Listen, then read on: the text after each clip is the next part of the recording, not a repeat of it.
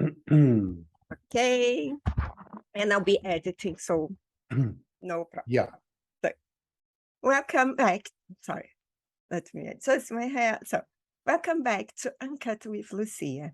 Today we are speaking with New Schapera. Originally from South Africa, New is an author, shaman, and teaches the Alexander technique. So, New, it's a pleasure to have you here today. Thank you, Lucia. I greatly appreciate that you invited me, and thank you. I'm looking forward to this. It's my pleasure, Neil. I'm used to interview Vivian Schapera, your wife, and she talks a lot about you. So let's see how it's going to be now. And Neil, you have a certification have a certification to teach Alexander technique. So can you quickly explain to us what that is and how you first heard about it? Many people don't know about Very, very, very good questions, Lucia. So there is the quick answer, the very short answer, and then there's the answer that would take a few books to describe. But the short answer is that the Alexander technique is a very practical method of learning to become more aware of our habit patterns. And these could be habit patterns in any area of our lives, our thinking, our emotions, our behavior, our movement.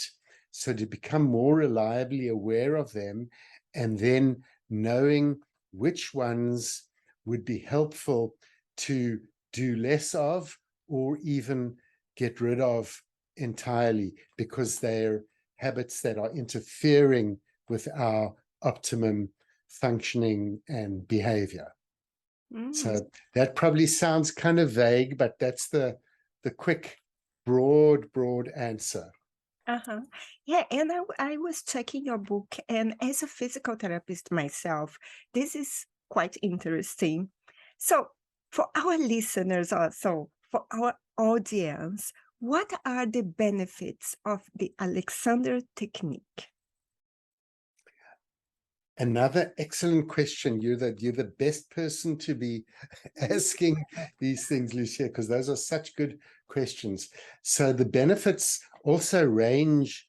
There's a big range of benefits. The broad one, you could say, would be learning to have more constructive control over your life. Instead of being reactive to what's going on, and instead of having behavioral patterns that don't suit you, you living in a more optimum way. And so that could show up in terms of back pain or neck pain or posture or ease of movement. So typically people think of the Alexander technique as having to do with the physical body and how we move and posture. And it certainly does have a lot to do with that, but it's actually a much broader influence and benefit. So the way one relates to other people, one's decision making, just learning to not be confused by poor thinking habits and poor movement habits. That might be a nice way of expressing it. And as I can understand, it's like a holistic way to treat someone. You're not only treating this person's body, but also their way to think and the way they react to some situations.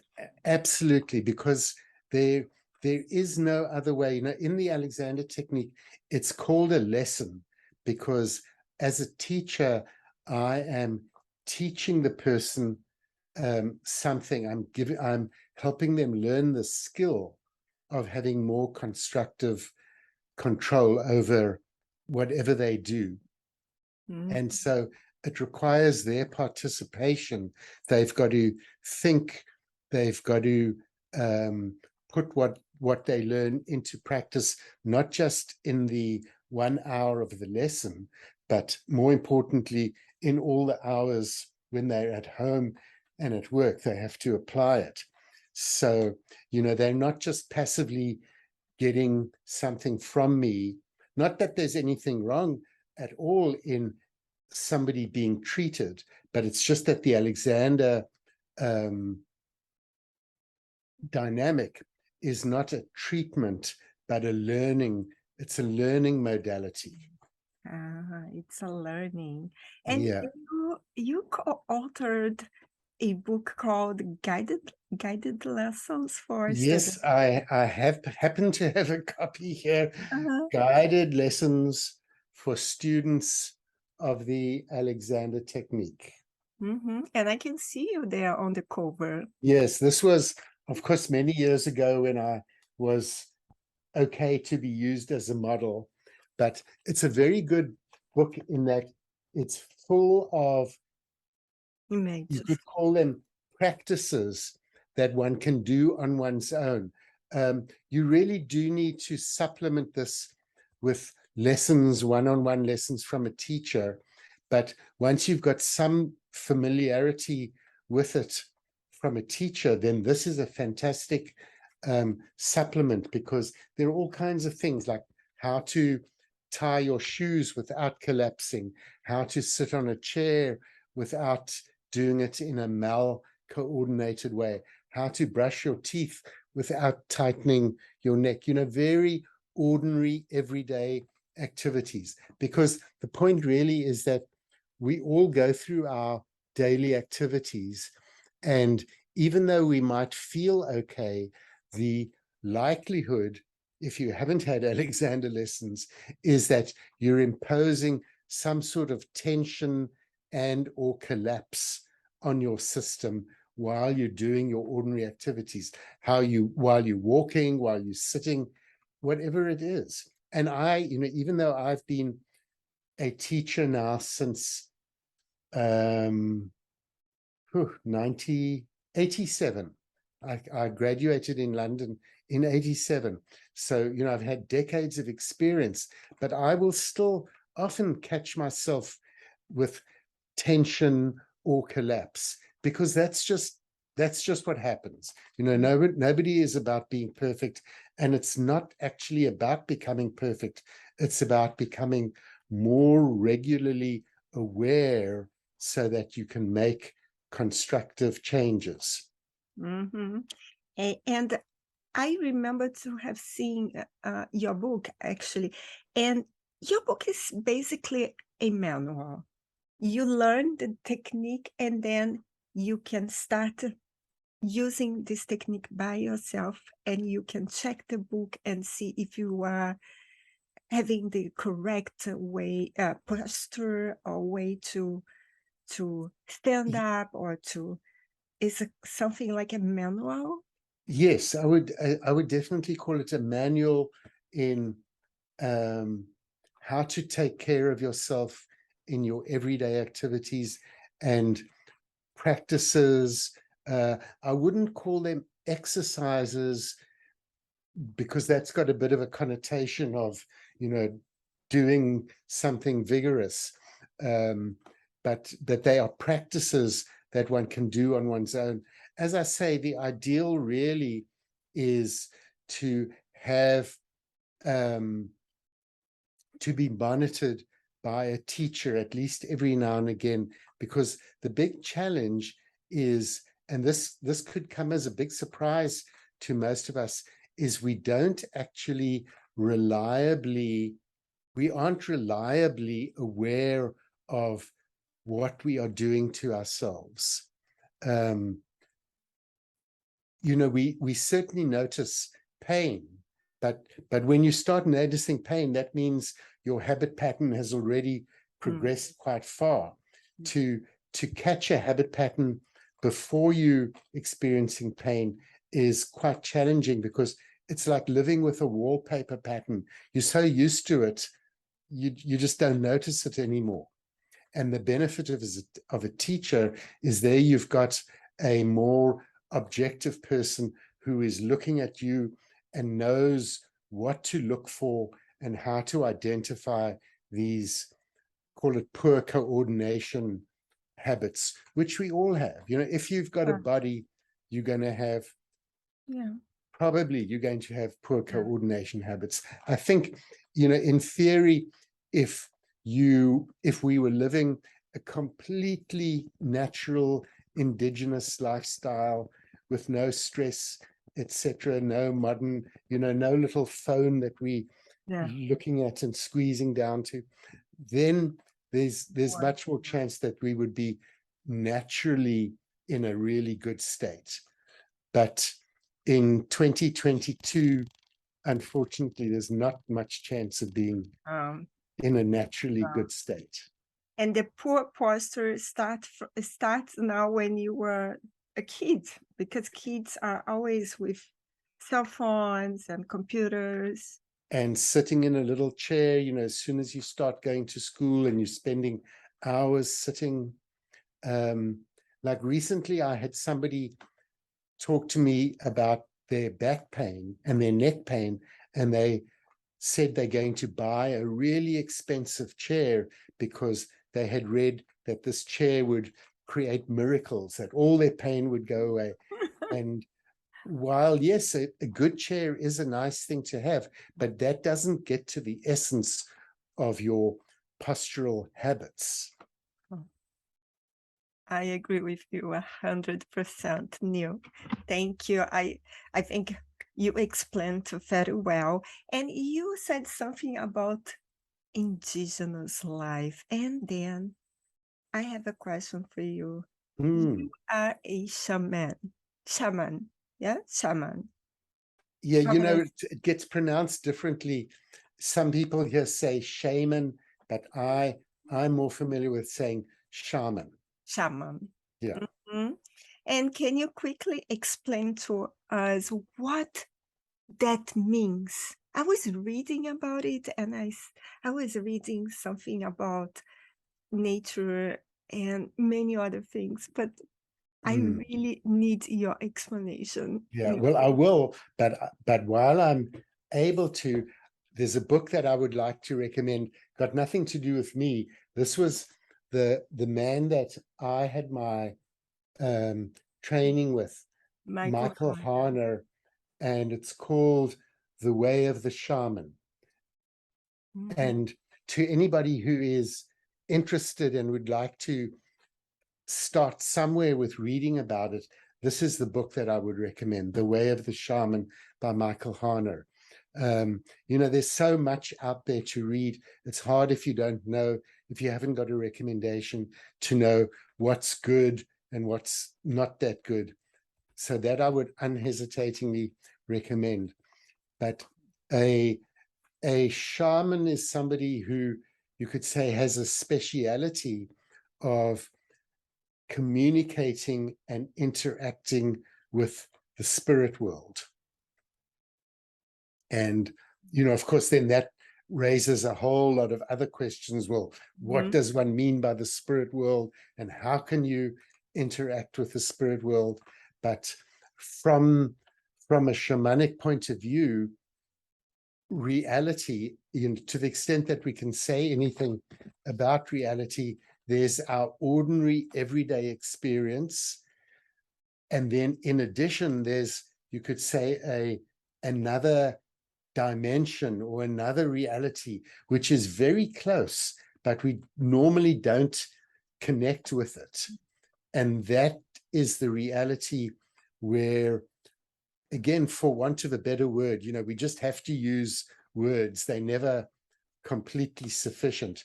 But in that reality, there are spirits. And a spirit, I would say, you know, it's like, well, nobody can really say what a spirit is. But if I had to, I would say a spirit is a benevolent, loving, compassionate force or energy or thing. And that in order to have a fuller experience of existence, not only do we want to experience ordinary everyday reality, but we want to experience the non-ordinary reality, the alternative reality of the spirit world. And why would we want to do that? For a few reasons. One being that the more one communicates with the spirits, the more one interacts with the spirits, one's own spiritual evolution is enhanced or developed.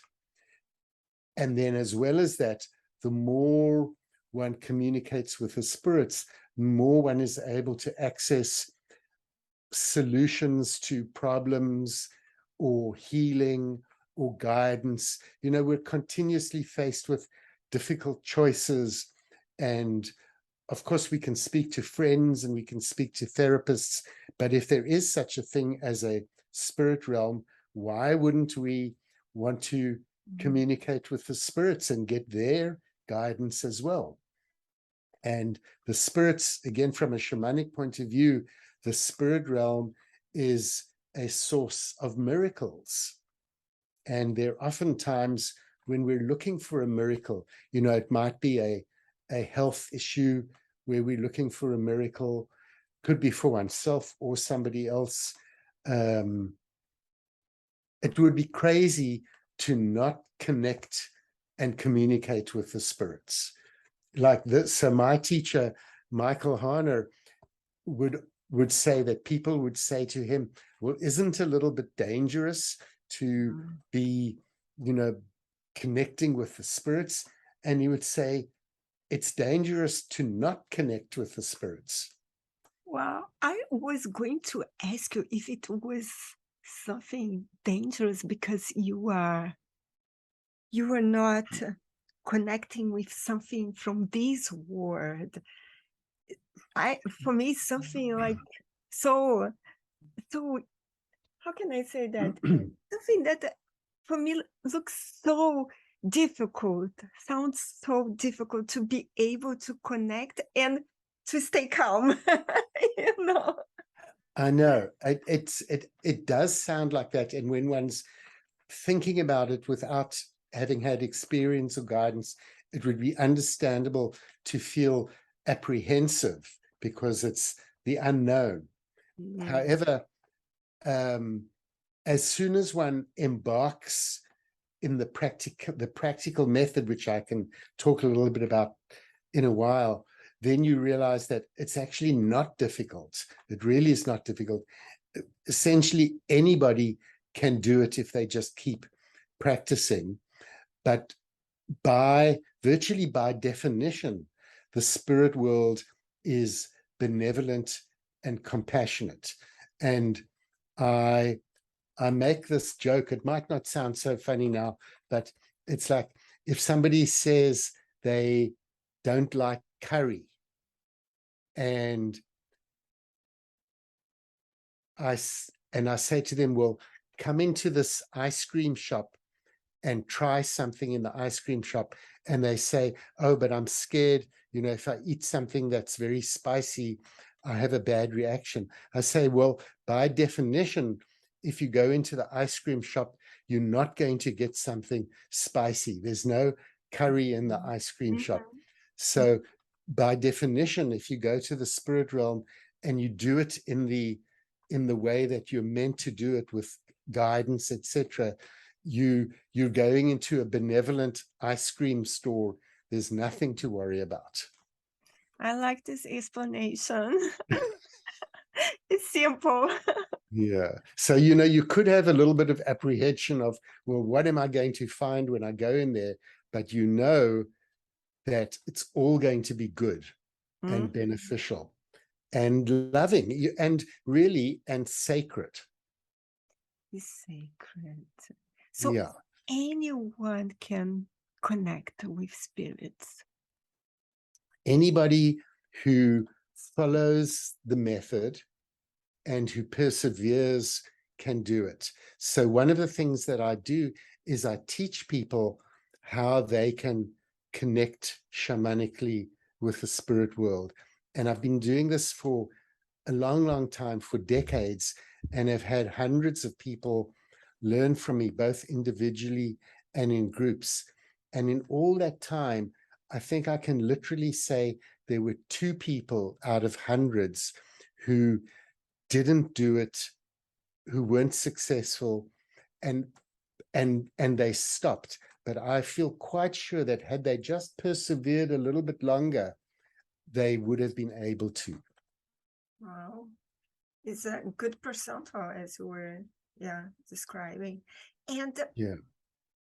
Neil, I have so many things to ask. So could you describe what a session is like and how long does it take? Just for us to have an idea.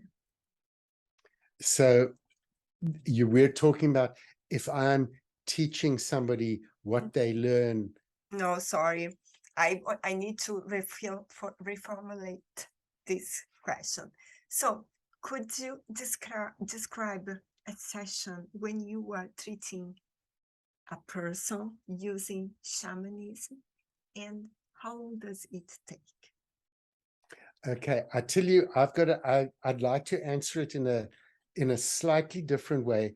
I'd like to describe what I experience, and then I'll say what I teach the person. Okay. So so when I'm doing it, and everything I describe, this is what I teach the person to do. When one connects with a spirit using a shamanic method, that's referred to as a shamanic journey. That's just the terminology. You're doing a shamanic journey. And when you do it, you usually do it lying down so you're comfortable and relaxed, and you're listening to a very steady rhythmic beat. It could be a drum or it could be a rattle. So I'm not sure if this will come out on the Zoom call, but it's just a very simple, steady beat. And this is something that for probably thousands of years has been used by shamans when they change their consciousness. Because what you're doing is you're shifting your consciousness from ordinary everyday reality consciousness to more of a, call it a trance-like state. And what helps one do that is listening to this very rhythmic stimulus. So when I'm doing it on my own, I usually put on headphones and I'm listening to a sound file or a CD of this drumming. And there's just something about that frequency of that steady beat that helps one's brain shift into a state where you're more able to connect. So that's the one thing. So there I am lying down, listening through my headphones. Sometimes I'll drum live to myself. I'll have my own drum and I'll drum away. The only thing is that's a bit more difficult because I'm doing something that might distract me. So usually one just listens. And then, and this is it's all so exciting. You traditionally will imagine yourself. In the beginning, it's imaginary, but then it's something else. But you imagine yourself either going up or going down. So you're traveling to what's called either the upper world, which is a benevolent realm where the spirits live, if I could even use the word live, or you see yourself traveling down to a different spirit realm where benevolent spirits live. So I will decide, am I going to go up or I'm going to go down? So if I'm going to go up, just for example, I imagine myself maybe climbing a tree, and I climb up and up and up and up and up, higher and higher and higher. And then eventually I just, in my mind's eye, you could say in my imagination, but when you've had more experience, it's not imagination, it's something else. It's really like entering another mental condition. And I would actually say you're entering another reality. And in that reality, I will see in the upper world, when I go up, I will see spirits in human form. When I go to the lower world, this is so fascinating.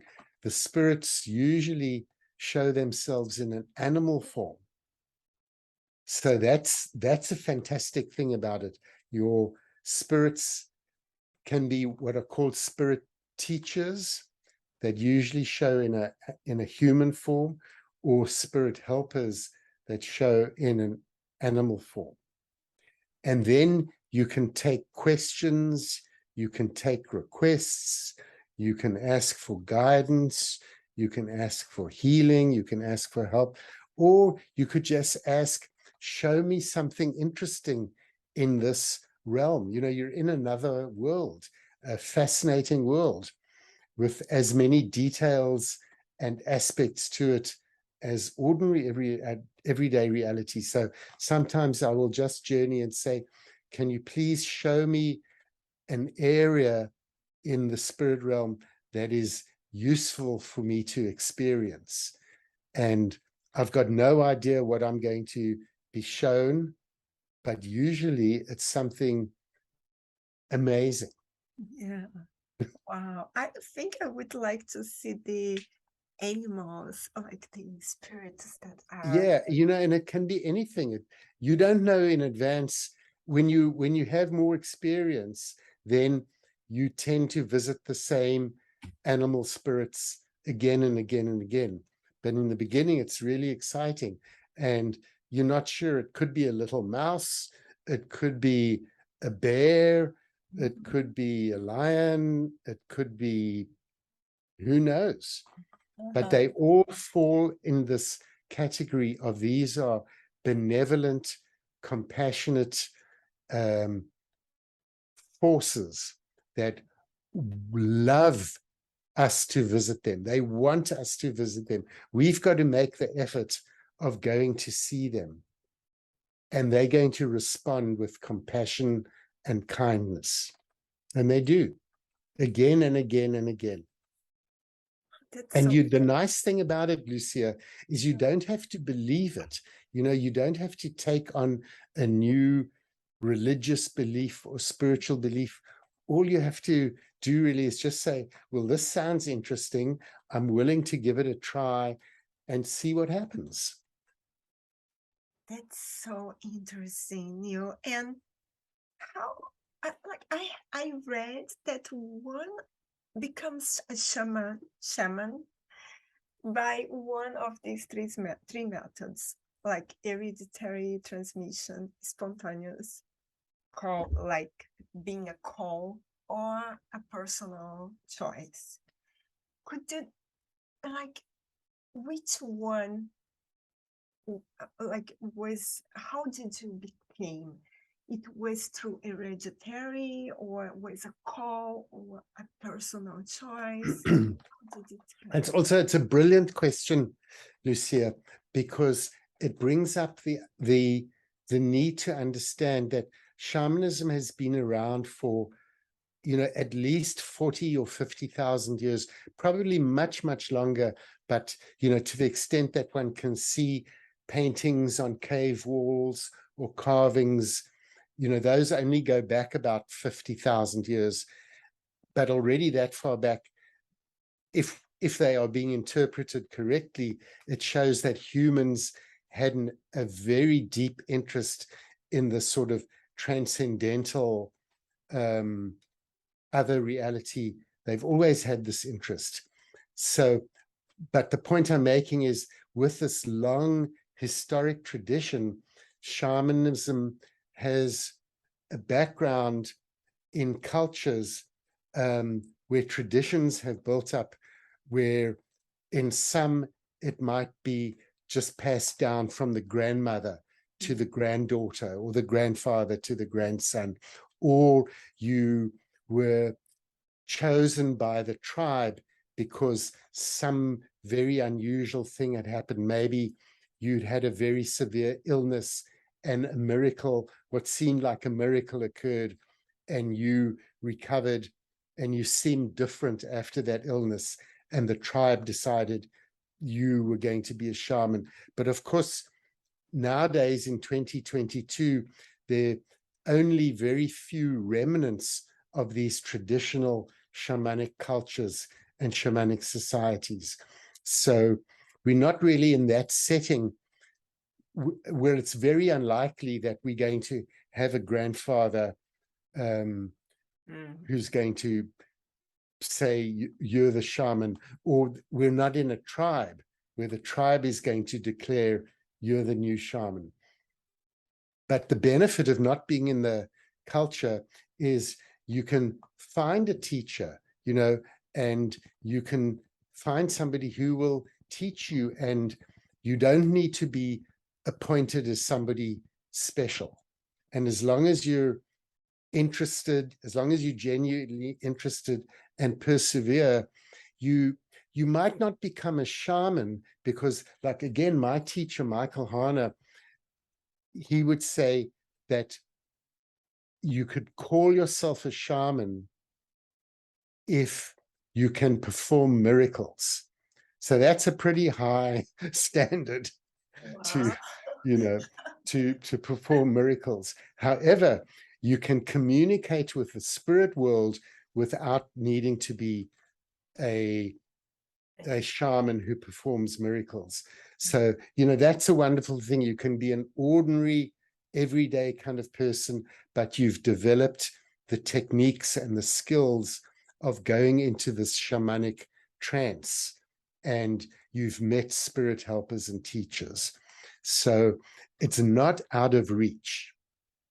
You know, when I became interested, the only way I had read about having any experiences was maybe having to go to South America and somehow find somebody who would take me on as an apprentice, and I would have to spend 10 years or more. You know, it just seemed impossible.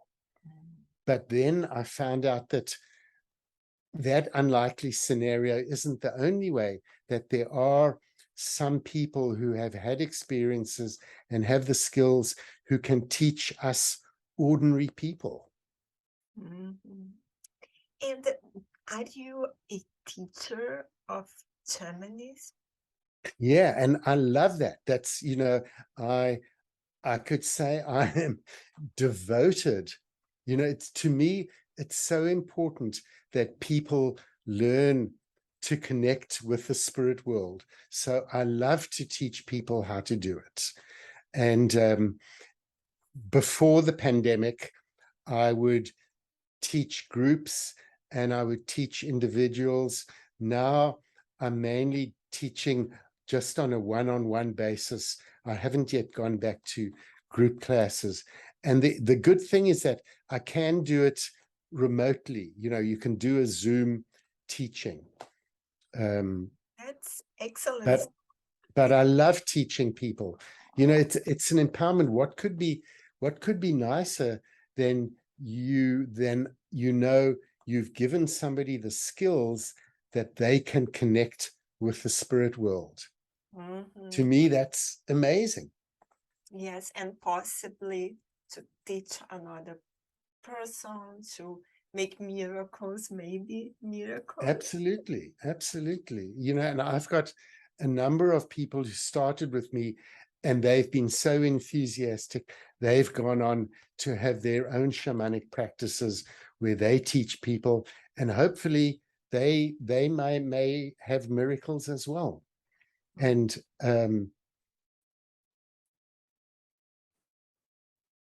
so I love it. I hope my enthusiasm is coming across, because it's just so important to me. It is, Neil. You are so passionate when you talk about shamanism, and also Alexander technique, and also crystals. But let me just say one more thing that's important. You know, when I do something that helps somebody else, it's not correct to say I'm doing it. Yes, I'm participating, but the spirits are doing it. You know, I'm, you could say, a sort of an intermediary. I'm passing a message onto the spirits. Yeah, I understand. And Neil, what can we expect from you next? Because you are always doing something. Well, there are a number of things. You know, my wife Vivian and I, we are doing lots of videos to support our crystal healing website, crystalhealingtechniques.com. And that's a website for promoting crystal healing, but the speciality which Vivian developed of crystal surgery. So we're making lots of videos there. And then what's really exciting, and it's still under development, but there's a new streaming video service that is in development. You could say almost like Netflix, but it's called the Everyday Women's Network. And it's mainly focused on helping and healing in the self-development, in the healing territories.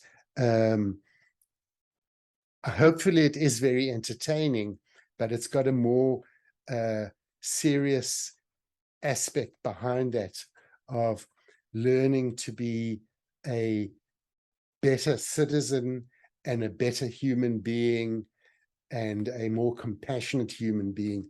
And we are developing videos, some will to do with crystal healing, many hopefully will to do with shamanism, some will do with just spirituality in general. So we're doing a lot of work with that. And hopefully in a month or two it'll get launched, and so we're very excited about that. Very good. I am super excited as well. And I know how Vivian is competent, she is just amazing. You too. So both of you are doing so many good things. And thank you, Lucia. And there will be an Alexander channel as well that we're working on, which will have videos, which will be a very good complement to our book, and where it'll try and explain more about what the Alexander technique is and what people can do on their own. And this is all for free. It will be on a TV channel. You know that I know that some of it is free. I don't yet know, because they're still working things out, if every aspect of accessing it will be free. I just don't know. You know, they're still ironing things out, but I know substantially most of it will be a free network. Yeah. Excellent. And I think that's, you know better than I do, Lucia. I think that's really the way things are going, is video communication. Yeah. Simple. And now after this pandemic, I think many industries are sticking with virtual programs, virtual everything, even sports. We can do yoga. We can make yoga watching a teacher online. So I think this is the future. And, you know, as you said earlier when we were talking before the show, to be able to learn both by hearing and by seeing, that's so powerful. Yeah. Yes. Yeah. It's so I think you and Vivian are going on an amazing path. And I just wanted to tell us, please tell our listeners how they can find you and, of course, your book. Thank you. We've got two two main websites. So the one is www. Crystal Healing Techniques. So that's one long word, crystalhealingtechniques.com. And that's for all kinds of information about crystals and crystal healing. A lot of it is completely free. So that's great. If one is really enthusiastic, you can even sign on to do various, more in-depth courses, which you pay for. But there's lots of information that there's no charge. And then our other website is our last name, Schapera, SCHAPERA.com. And that's got blogs and articles about all kinds of things, Alexander Technique, shamanism, our travels. We love to travel. Next week, we're going to Denver and we're going to be at the Gem and Mineral Show. So we're going to be making videos about what we see and do there. We make shorts about meals. Sometimes I make a nice breakfast and I take a little short about my plate of eggs and toast. So, that's just a nice venue, which is a broader website. With a huge community. I can believe that you're raising him. Yeah. And then, the other thing, sorry, I left out something really important, is there's a radio show on the internet called, and it's healthylife.net, also one long word, healthylife.net. And Vivian and I have a show once a month called the Schapera Show, where we interview people, or Vivian interviews people. She also people that are interested in all kinds of different things, a whole wide range. Then I talk about my shamanic journeys that I've done, and I bring messages from the spirits, and Vivian talks about messages from crystals. So that's something also we love to do. It's fun. And one can get to it directly, or if you go to schapera.com, there are links to healthylife.net. Yeah, I'll be putting the links. Yeah. And then the books are on Amazon as well. Can I see the crystal healing? Oh, yeah. Well, this is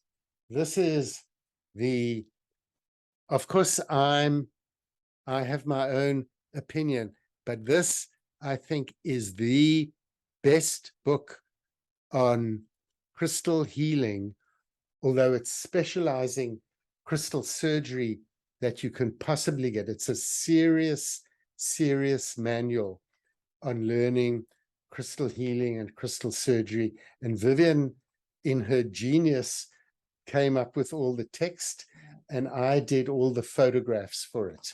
And then we had a fantastic graphic artist, Mary Beth Wilker, who did the drawings and the graphics and the book design. So excellent. You work together and your work is fabulous.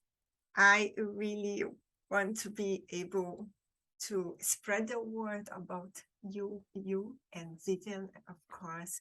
And Neil, it's just a pleasure to speak with you. I could be talking with you for more hours here. I know. And Lucia, you are doing such a wonderful thing by giving people the opportunity to come on your show and have more and more people find out about what we do. So it's a fantastic thing that such a service to humanity. Thank you. Thank you for your kind words. That means a lot to me, Neil. Yeah, and I look forward to one day we can meet in person. We will. Yeah. I feel that we will meet in person someday. So thank you very much. Good. Thanks, Lucia. Yeah. Oh, it's blessings. beautiful.